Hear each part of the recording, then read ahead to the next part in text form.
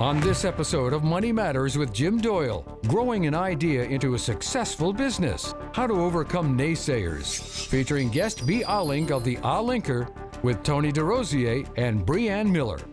Plan more, worry less. This is Money Matters with Jim Doyle.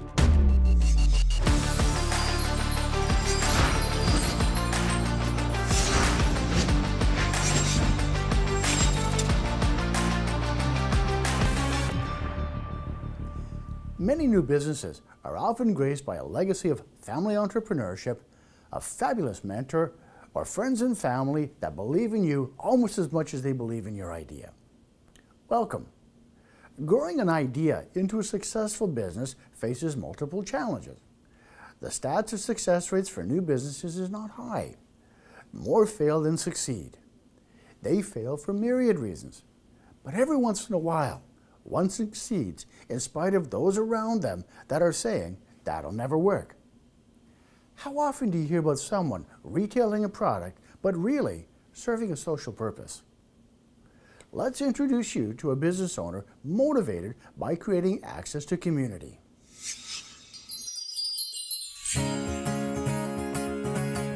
The Alinker is a three-wheeled walking bike with two wheels of 16-inch at the front, overarching to a rear wheel in the back with a seating assembly on top and with a steering in the front. And it's Ackerman steering, it's nice and comfortable. When you sit on the Alinker, you still stand, so you actually can walk on wheels. In October 2011, my mom and I were walking over the marketplace in the Netherlands, and we were passing by some people that were using walkers and rollators and scooters and stuff. Somewhere out of the blue, she said, "Over my dead body will I ever use one of those things." And what happened with that comment is not so much like, oh, my mom needs something, but more like the awareness that medical devices emphasize the disability. What I got away from it with that is like, why do medical devices emphasize the disability if that creates a social divide between people with and without disabilities? So when I started designing the Alinker, I did not try to come up with the next walking device for my mom that my mom would use, but for something that is so cool that people would love to use it. And I found Toby here in Vancouver, Toby Cycle Works. And Toby is a nutcase who does crazy stuff with bikes. Perfect for me because that's exactly what I needed. And somewhere along the process, I had to quit my job because I needed more money and more time. So I started to incorporate in August 2012 and found some angel investors. I started in the Netherlands because I'm from the Netherlands originally, and I know the bike world, and I also know that Dutch people are really stubborn. So if it works in the Netherlands, it probably works everywhere. Through a contact that I had in the Netherlands with an engineering biking company that made the engineering pre-production prototypes. With that crowdfunding campaign, we did a whole spring tour. So picking the big cities in the Netherlands and just going around on a marketplace and getting people, it's like, oh, what is that? People with spina bifida, with MS, with Parkinson's are using the Alinker, but their illness doesn't define them. What defines them is that they see themselves as active human beings and look for something that allows them to continue to be who they are, not what they have. When we come back, we'll have BE Alink in studio with us. I didn't have the time anymore to do my job, so I had to quit my job and get investors.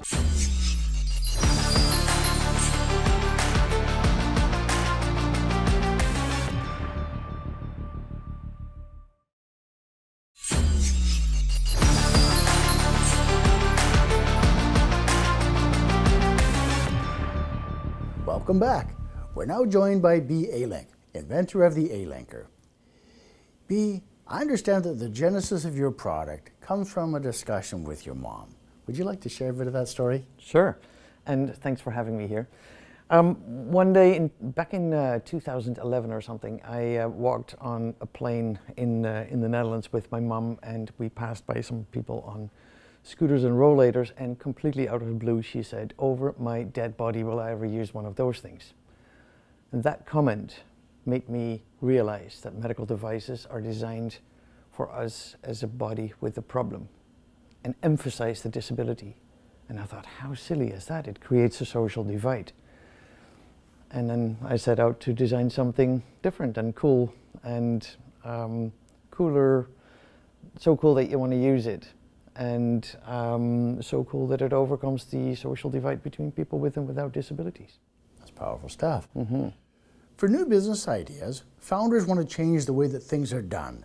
Let's hear what Brianne Miller has to say. I think for us, new business ideas often come down to founders that are really wanting to change the way that things are done. They're often trying to solve a problem or a pain point that they're facing in their own lives. And I think for us, we took quite a systematic approach to this. So we did start really small. So we worked with the idea of an MVP, or a minimum viable product concept, and really wanted to test it out before diving in. So for us, our MVP was a really small pop-up shop. It was essentially the smallest version of like a retail or a grocery store that we can conceive. I think the very first one, we spent less than $100 on inventory, had a couple jars and a few friends, and set up shop in a Patagonia store and talked to customers all day. And yeah, it went really well. We continued to do that. We spent a lot of time learning from people. So for us, learning about what products people wanted to see, where they were coming from, what sort of containers they were bringing, and all of these things that ultimately fed into the design of our store. So we did take a pretty systematic approach, but ultimately I think a lot of it really comes down to education. With NADA, that is a huge amount of what we do, especially on the supply chain transparency side of things. We do a lot of storytelling, sharing the stories of our suppliers and why it's so important to understand where our food comes from and why. And we hope that that inspires people to change the way that they shop. At BE, you built a product, brand new, no one ever had seen it before, okay? Now, Brianne talks about testing your market, okay? How did you go about test marketing your product? I just let people try the prototypes. I built 7 conceptual prototypes and 7 pre-production prototypes. And with the conceptual prototypes, I had various people try, and they educated me about what it was and what it meant for them. Like, for example, I had Tom, who was early 80s, and he got on prototype number 1 and he flipped his cap around and he was like, wow, and he started running. And I was like, huh, if a guy of 80 something can run again. He said, I haven't run in 20 years, but I can run. Do we want to talk about engineers? Oh, I generally don't, but investors apparently want, because I've had numerous times investors or potential investors tell me, like, you should hire a real engineer to work with. What? I built this, we did this, I've got a team of people that I work with. Why would I, like, am I not good enough as a female engineer to do this? So you get a lot of those comments. How did you go about raising capital to get your idea to life? When I started with the prototyping, and at a certain time I had to incorporate because I didn't have the time anymore to do my job, so I had to quit my job and get investors. And I thought, I don't know anything about business, and I don't even know what a share in a company is, so maybe I need to start learning something. So I started seeking out meetups and that sort of gatherings that are about entrepreneurs and business, and started learning. And then in one of the meetups, there was a guy, at that particular meetup, you had to stand up 30 seconds and quickly introduce yourself, everybody in the room. And then this guy says to me, he said, I know somebody who you should meet. He would be the perfect investor for you. And I was like, okay. I met him, and he brought 3 associates in, and they were the first investors. And the first one said to me, I can be your mentor. Wow. And I was like, brilliant, please. So can we talk about building trust with investors and maybe business partners? Everything is built on relationship.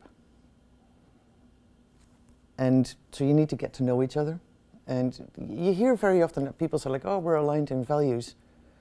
Did you check that? And because it takes a while before you check whether you're really aligned. People talk easy, but it's really work of very consciously building a relationship together to meet and to explore if we're actually the right partners. So things take time. And that's been the core of my business. I build partnerships, I build relationships. And then after a while you say either like, let's go on, or we have to abort because it's not aligned. We're not talking about the same stuff here. The power of building mutual relationships. We'll be right back. People choose their comfort. They're uncomfortable talking about death, and they choose their comfort over showing up for a family.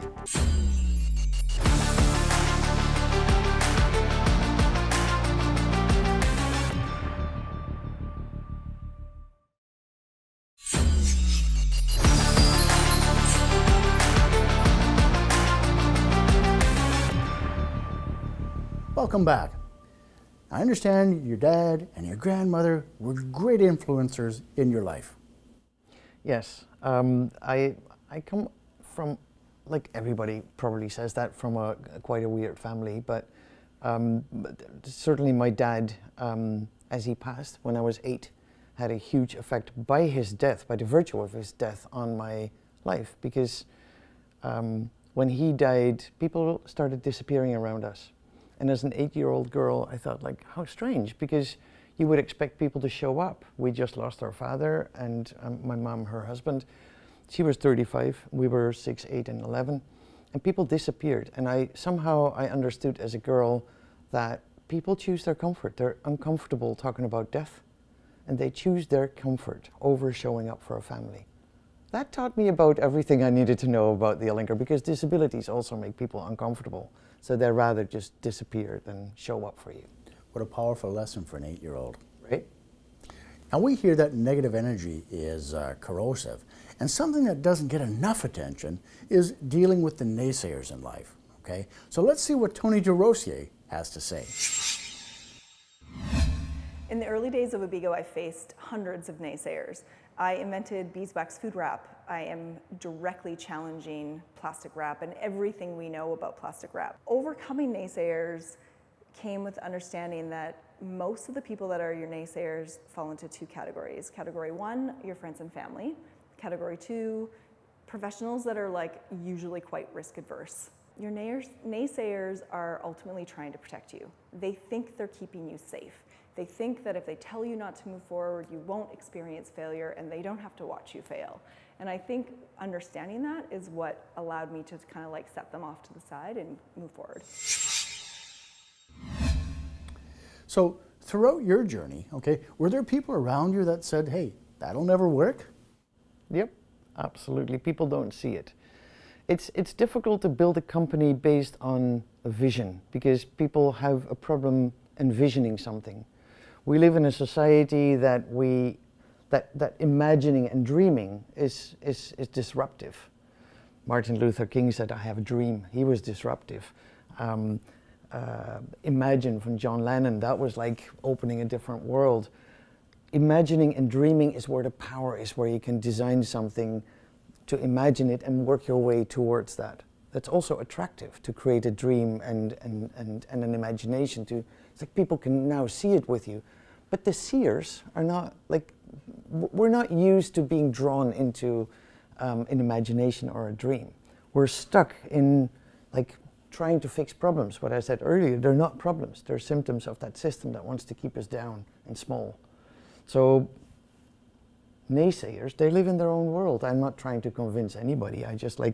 I'd rather live there, so I'm gonna go there. So B, I understand that you had a pretty special mentorship early on. Would you like to tell us a bit about that? Absolutely, yes, because that changed my life. So starting as an entrepreneur, I was constantly in scarcity. You don't have money, you don't have enough time, all that stuff. And all the investors that I went to were generally guys in a boardroom telling you, like, we want you to suffer a little bit harder, bootstrap harder, because the risk for us is too big. That's what you meet when you're a very early company with a complicated product, like an actual product that is not cheap and stuff. So one day I met Vicky Saunders, and Vicky Saunders is the founder of CEO. And it was at a little event. Vicky was just starting with CEO. And she said, why don't you do a 30-second pitch? And I was like, pitching? I don't even have a product yet. That was before I got to the market. And then, so a little bit about CEO maybe is it's a network based on women funding women, based on radical generosity. We're not transactional beings, we're relational beings. And there is, from all the VC money, goes less than 3% to women-owned businesses. We're not a minority. And Vicky was like, that is insane, less than 3%, and even in the pandemic it gone down. Never mind black women-owned companies or indigenous, they're not even on the statistics.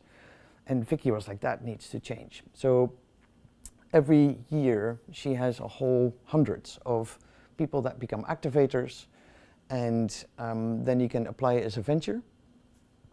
And I was selected in the second year to be one of the ventures. So even at this stage of your career, are there still people that are saying, hey, this won't work? Oh, absolutely. And the more I become visible as a non-medical device, promoting health care that actually promotes our wellness, the more people start being noisy about, like, what are you doing? That ain't working. Like, you need to go through insurance companies. You need to be a medical device. Like, no, actually, the opposite. When we come back, we'll hear more about Bee's journey.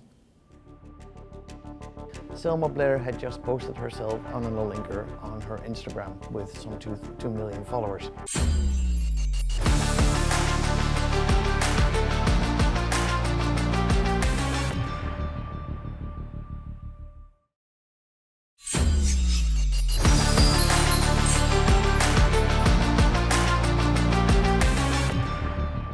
Welcome back. Now, Bee, there are two items that I just have to cover with you, okay? The first is the Hollywood connection. You want to tell us a bit about that? Oh my goodness, yes. One day, Selma Blair, who I needed to look up who that was, no, my phone went off. Cling, cling, cling, cling. And I was like, what is going on? Selma Blair had just posted herself on an Alinker on her Instagram with some 2 million followers. And I was like, who is Selma Blair? Maybe I need to look that up, because this is something, like, it exploded. And so I looked up who she was, and then we later got in contact with each other, and now we're really good friends because she's real, I'm real. And then we have a very, just a nice friendship. And her following, I mean, she's got MS, as you know. So her following is from Hollywood movie star fans, migrated to people that have MS and are inspired by how she continues to be herself and not be the person who has MS. Like, she doesn't focus on, she doesn't identify with, I have MS. Now, there's one other element that I wanted to talk to you about, and that's crowdfunding versus donating the Alinker, and the importance of getting your story out there. Yeah, when Selma and I started talking, she wanted to donate Alinkers because she says, like, this thing is a game changer, and I want everybody to have it, even understanding that people don't have the money often. So she wanted to donate them, and I said to Selma, like, maybe there's another way. Maybe we can, you know, I already had an integrated crowdfunding platform on our website for people to allow to share their stories. What happens with you once you get a diagnosis of MS? And then they did a crowdfunding campaign, and then people can show up in generosity, making sure that that person gets the Alinker.